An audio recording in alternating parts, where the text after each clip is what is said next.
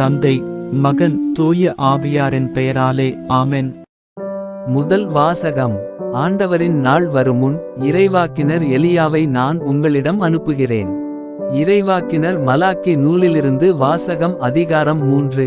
இறை வார்த்தை 1 முதல் 4 முடிய மற்றும் 4 முதல் 5 முதல் 6 முடிய. படைகளின் ஆண்டவர் கூறியது, இதோ நான் என் தூதனை அனுப்புகிறேன். அவர் எனக்கு முன் வழியை ஆயத்தம் செய்வார். அப்பொழுது நீங்கள் தேடுகின்ற தலைவர் திடீரென தம் கோவிலுக்கு வருவார். நீங்கள் ஆவலுடன் எதிர்பார்க்கும் உடன்படிக்கையின் தூதர் இதோ வருகிறார் என்கிறார் படைகளின் ஆண்டவர். ஆனால் அவர் வரும் நாளை தாங்க கூடியவர் யார்? அவர் தோன்றும்போது நிற்க வல்லவர் யார்? அவர் புடமிடுகிறவரின் நெருப்பை போலும் சலவை தொழிலாளியின் சவர்க்காரத்தைப் போலும் இருப்பார். அவர் புடமிடுபவர் போலும் வெள்ளியை தூய்மைப்படுத்துபவர் போலும் அமர்ந்திருப்பார்.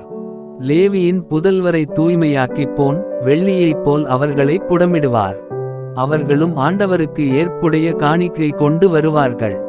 அப்பொழுது பண்டை காலத்தில் முன்னைய ஆண்டுகளில் இருந்தது போல் யூதாவின் காணிக்கையும் எருசலேமின் காணிக்கையும் ஆண்டவருக்கு உகந்தனவாய் இருக்கும். இதோ பெரியதும் அச்சத்தை தோற்றுவிப்பதுமான ஆண்டவரின் நாள் வருமுன் இறைவாக்கினர் எலியாவை நான் உங்களிடம் அனுப்புகிறேன். நான் வந்து உலகைச் சபித்து தண்டிக்காதபடி அவர் பெற்றோரின் உள்ளங்களை பிள்ளைகளிடத்தும் பிள்ளைகளின் உள்ளங்களை பெற்றோரிடத்தும் திருப்புமாறு செய்வார். இது ஆண்டவரின் அருள்வாக்கு. பதிலுரை பாடல்.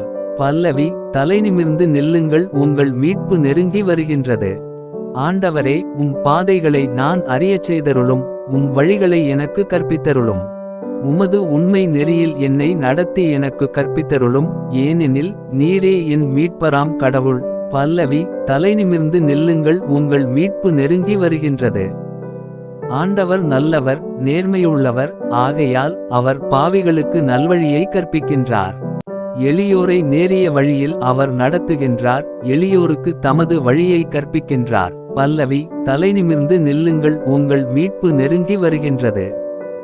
ஆண்டவரது உடன்படிக்கையையும் ஒழுங்குமுறையையும் கடைப்பிடிப்போர்க்கு அவருடைய பாதைகளெல்லாம் பேரன்பும் உண்மையும் உள்ளனவாய் விளங்கும். ஆண்டவரின் அன்புறவு அவருக்கு அஞ்சி நடப்போருக்கே உரித்தாகும். அவர் அவர்களுக்கு தமது உடன்படிக்கையை வெளிப்படுத்துவார். பல்லவி. தலைநிமிர்ந்து நில்லுங்கள், உங்கள் மீட்பு நெருங்கி வருகின்றது. நற்செய்திக்கு முன் வாழ்த்தொலி. அல்லேலுயா, அல்லேலுயா. மக்கள் அனைவர்க்கும் அரசரே, திருச்சபையின் மூலைக்கல்லே, மண்ணிலிருந்து நீர் உருவாக்கிய மனிதனை மீட்க வாரும். அல்லேலுயா. நற்செய்தி வாசகம். திருமுழுக்கு யோவானின் பிறப்பு. லூக்கா எழுதிய தூய நற்செய்தியிலிருந்து வாசகம். அதிகாரம் 1. இறை வார்த்தை 57 முதல் 66 முடிய.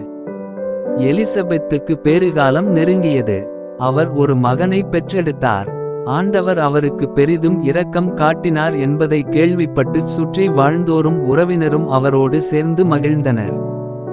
8ஆம் நாளில் அவர்கள் குழந்தைக்கு விருத்த சேதனம் செய்ய வந்தார்கள். செக்கரியா என்ற அதன் தந்தையின் பெயரையே அதற்குச் சூட்ட இருந்தார்கள். ஆனால் அதன் தாய் அவர்களை பார்த்து, வேண்டாம், அதற்கு யோவான் என பெயரிட வேண்டும் என்றார்.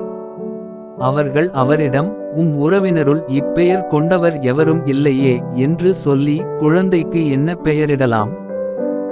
விருப்பம் என்ன என்று தந்தையை நோக்கிச் சைகை காட்டி கேட்டார்கள். அதற்கு அவர் எழுதுபலகை ஒன்றை கேட்டு வாங்கி, இக்குழந்தையின் பெயர் யோவான் என்று எழுதினார். எல்லாரும் வியப்படைந்தனர். அப்பொழுதே அவரது வாய் திறந்தது, நா கட்டவிழ்ந்தது. அவர் கடவுளை போற்றி புகழ்ந்தார். சுற்றி வாழ்ந்தோர் அனைவரும் இதைப்பற்றி கேள்விப்பட்டு அஞ்சினர். இச்செய்தி யூதேய மலை நாடெங்கும் பரவியது. கேள்விப்பட்டவர்கள் யாவரும் இச்செய்தியை தங்கள் உள்ளங்களில் இருத்தி, இக்குழந்தை எப்படிப்பட்டதாக இருக்குமோ என்று சொல்லிக் கொண்டார்கள். ஏனெனில் அக்குழந்தை ஆண்டவருடைய கைவன்மையை பெற்றிருந்தது.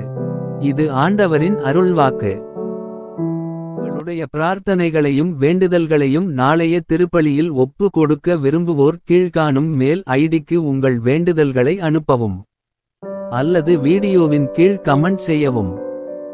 பிதா சுதன் பரிசுத்த ஆவியின் பெயராலே ஆமென். தின பிரார்த்தனைகளுக்காக லைக், சப்ஸ்கிரைப் மற்றும் பெல் ஐகானை கிளிக் செய்யவும்.